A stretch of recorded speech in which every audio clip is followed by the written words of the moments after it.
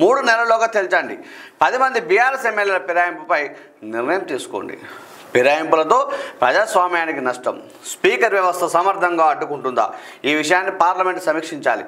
న్యాయ సమీక్షకు లోబడే స్పీకర్ నిర్ణయాధికారం. అనర్హత పిటిషన్లు సమర్పించి 7 నెలలైనా స్పీకర్ నోటీసులు ఇవ్వకపోవడం ఏమిటి? హైకోర్టు సింగిల్ జడ్జి తీర్పులో జోక్యం. డివిజన్ బెంచ్ తప్పిదం. సుప్రీంకోర్టు. బీఆర్ఎస్ ఎమ్మెల్యేల ఫిరాయింపు కేసులో వెలువడిన తీర్పు. హైకోర్టు డివిజన్ బెంచ్ తీర్పు కొట్టివేత. సుప్రీంకోర్టే నిర్ణయం తీసుకోవాలన్న బీఆర్ఎస్ అభ్యర్థులను తోసిపుచ్చిన బెంచ్. ఎమ్మెల్యేల అనర్హతపై నిర్ణయం తీసుకున్న అధికారం స్పీకర్దేనని వెల్లడని ఒక వార్తా కథనం వచ్చింది. ఏదైతే ఉందో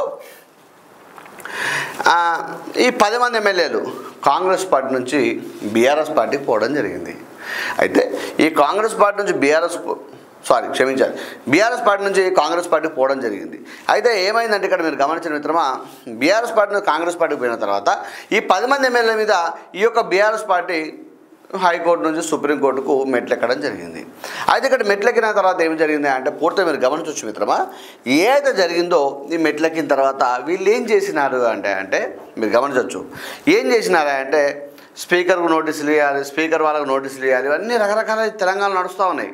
అయితే దీని విషయంలో కూడా తెలంగాణ చాలామంది ఏం మాట్లాడారంటే 2014లో టీఆర్ఎస్ గెలిచిన తర్వాత, ఏదైతే బీఆర్ఎస్ గెలిచి ఇప్పుడు బీఆర్ఎస్ అప్పుడు టీఆర్ఎస్ గెలిచిన తర్వాత ఇక్కడ అనేక మంది కాంగ్రెస్ పార్టీ ఎమ్మెల్యేలు, అప్పుడు టీడీపీ బలంగా ఉండే, టీడీపీ కొన్ని స్థానాలు గెలవడం జరిగింది.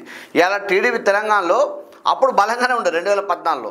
ఆ తర్వాత ఏమైందంటే పూర్తిగా దాన్ని ఇక టీడీ వెళ్ళిపోయి అంటాం కదండి, అది పూర్తిగా విలీనం చేసుకోవడం, ఈ ఉన్న ఎమ్మెల్యేలందరూ మొత్తం చేసుకోవడం. అసలు టీడీపీ అనేది ఇక్కడ తెలంగాణలో నామరూపాలు లేకుండా అంటే కింది స్థాయి కాదు ఇప్పటివరకు కొంతవరకు ఉంది, కానీ ఎమ్మెల్యేలు నాయకులు లేకుండా చేసిన ఘనత కేసీఆర్కి దక్కింది.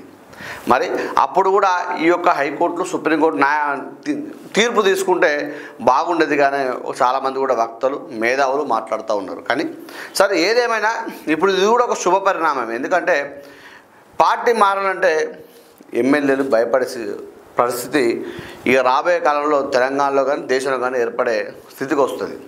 లేకపోతే ఏమవుతుందంటే ఏ ఎండకు ఆ ఎండకు గొడుగు పట్టడం అంటాం కదా, ఆ విధంగా ఏం చేస్తారా అంటే వీళ్ళు గెలిచినాక అధికారం పార్టీ ఏదుంటే దాంట్లో పోవడం. మీకు ఇప్పుడు మీ యొక్క ప్రజలు మీకు ఎందుకు ఓటేసినారు? మీరు ఆ యొక్క నియోజకవర్గాన్ని అభివృద్ధి చేస్తారు, మా ఓడనే ఇస్తారు. మళ్ళీ కొంత ఒక 20% వరకు ఆ పార్టీ గుర్తు మీద అభిమానంతోనే ఇస్తారు ఆ నియోజకవర్గంలో కూడా. అట్లా వేసినప్పుడు మీరు ఆ 20% మందినో 30% మందినో మోసం చేసి ఇంకో పార్టీలో పోతే